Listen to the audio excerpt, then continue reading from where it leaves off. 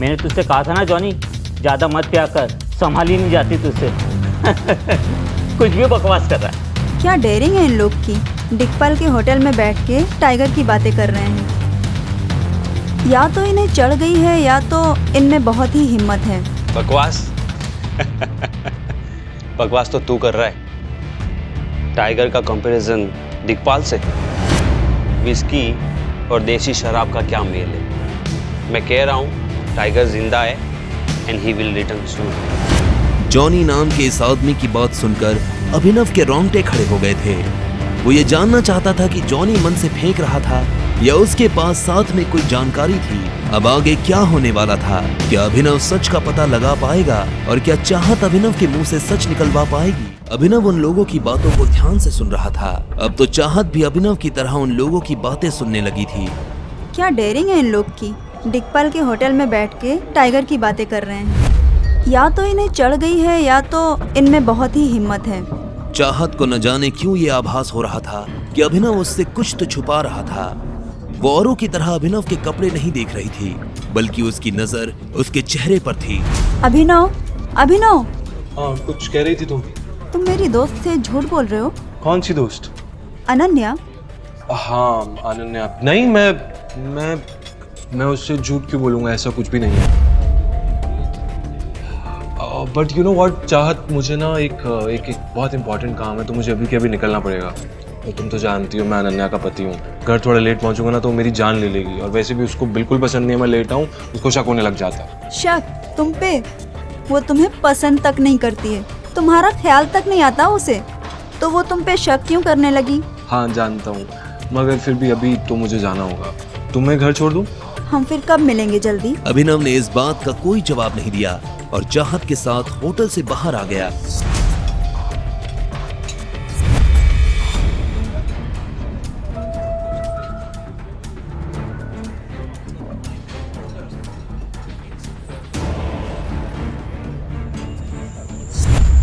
उन लोगों के पास पहुंचने पर अभिनव को पता चला कि वो लोग उस लड़के को मार रहे थे। क्यों मार रहे हो बेचारे को? तो उससे क्या मतलब? मतलब है तभी तो यहाँ खड़ा हूँ। अगर जिंदगी में आगे भी खड़ा रहना चाहता है ऐसे ही, तो चुपचाप यहाँ से निकल जा, वरना इसकी तरह लंबा कर दूंगा तुझे भी। अरे ये लाइन तो मैं तुझे बोलने वाला था, अब तूने मेरी लाइन चुराई तो तू और ज्यादा मार खा। क्यों हीरो बन रहा है? जानता नहीं गुड़गांव में हीरोगिरी काम नहीं आती। चुपचाप चला जाए यहाँ से, वरना बेकार में एक की जगह दो की कब्र खोदनी पड़ेगी। अभिनव ने इस बात का कोई जवाब नहीं दिया।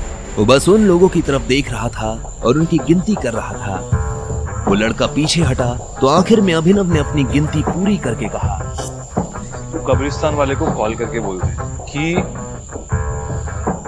4 कब्रें खोद के रखे, 2 लोग उन चारों को दफनाने आएंगे।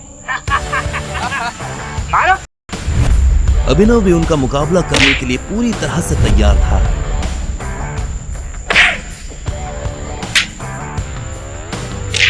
देखते ही देखते अभिनव ने समा और समय दोनों बदल दिए थे।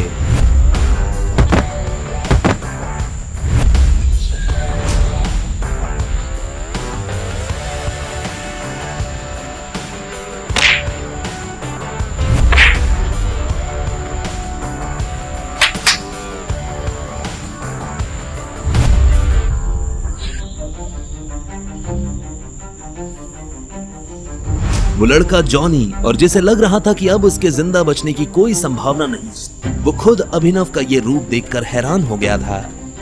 उसके लिए अभिनव भगवान से कम नहीं था। जब अभिनव ने उनके लीडर को मार मार कर अधमरा कर दिया तो वो दर्द के मारे कराहते हुए बोला, भाई तुम हो कौन और मेरी जान क्यों बचाई? अभिनव ने उसे कोई जवाब नहीं दिया। वो बस उसकी आंखों में देख रहा था।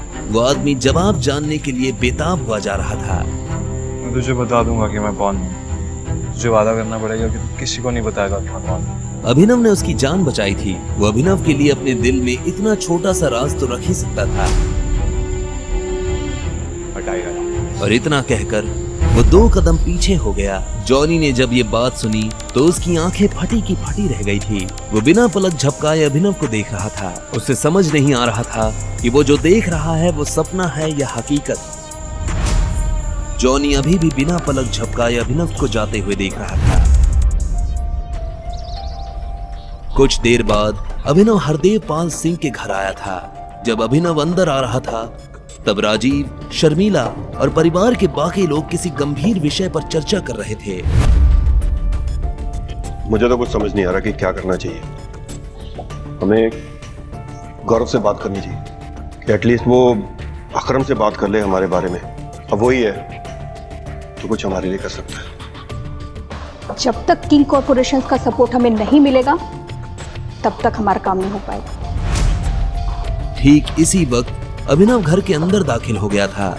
उसे पूरी बात तो समझ नहीं आ रही थी, लेकिन जितना उसने सुना उसे सुनकर उसे लगा कि अनन्या की कंपनी किसी बड़ी मुसीबत में फंसी हुई थी। मुझे लगता है हमें पॉपुलर होल्डिंग से सपोर्ट ले लेना चाहिए। माँ, ये कैसी बातें कर रही हैं आप? ये दोनों कंपनी टाइगर चलाते हैं और हम जैसे लोग तो टाइगर से सीधा जाकर मिल भी नहीं सकते। आज तक किसी ने उसे देखा तक नहीं है, तो हम कैसे मिल पाएंगे उससे? शायद चिराग इस काम में हमारी हेल्प कर पाए। मैं एक काम करती, अनन्या और चिराग की शादी फिक्स करवा देती। वैसे भी सभी ने हमारे लिए किया क्या है? अभिनव ने अपने चेहरे पर मुस्कान लाते हुए कहा। वो भले ही कितना भी थका हुआ था, लेकिन वो इन लोगों को पता नहीं चलने देना चाहता था कि वो क्या करके आया है। नमस्ते। जैसे ही अभिनव ने चहकते हुए नमस्ते किया तो शर्मिला, अनन्या और राजीव उसे देखने लगे। उनकी आंखों में एक अजीब सा गुस्सा था। अभिनव उनकी आंखें देख हैरान हो गया। अभिनव को ये तो नहीं लग रहा था कि वो लोग मुस्कुराते हुए उसका स्वागत करेंगे, लेकिन आज जिस तरह का गुस्सा उनकी आंखों में नजर आ रहा था, उसे देखकर अभिनव को कुछ अजीब लग रहा था।